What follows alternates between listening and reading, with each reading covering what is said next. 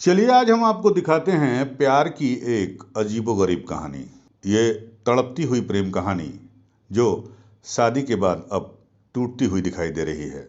मामला उत्तर प्रदेश के बलिया का है, जहां अलीगढ़ से ढूंढते ढूंढते बलिया पहुंची पत्नी अपने पति को पाने के लिए।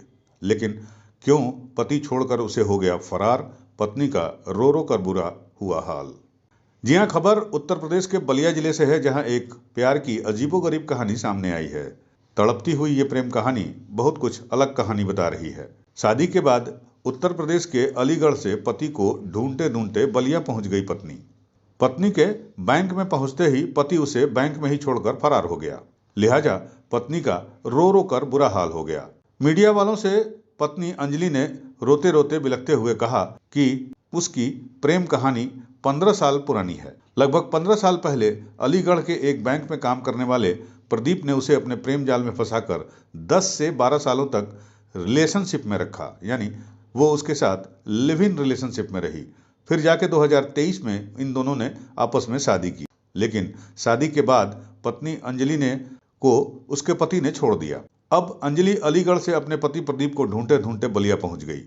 पत्नी के बैंक में पहुंचते ही पति, जो बैंक मैनेजर है, अपनी पत्नी को उसी बैंक में छोड़कर फरार हो गया। मैनेजर पति के द्वारा पत्नी को बैंक में छोड़कर भाग जाने के बाद अब बेचारी पत्नी अंजलि का रो रो कर बुरा हाल हो गया है। मुझे छोड़ के यहाँ से कुछ चला गया, बताइए मैं कहाँ जाऊँ। रात का टाइम मेरे ये भी नहीं पता, इस क्षेत्र के बारे में मुझे पता भी नहीं है। कहते हैं सेंट्रल बैंक ऑफ इंडिया 15-16 सालों से, शादी से पहले 10-12 साल मेरे साथ रहे, शादी के बाद नहीं है, मुझे छोड़कर आ गए।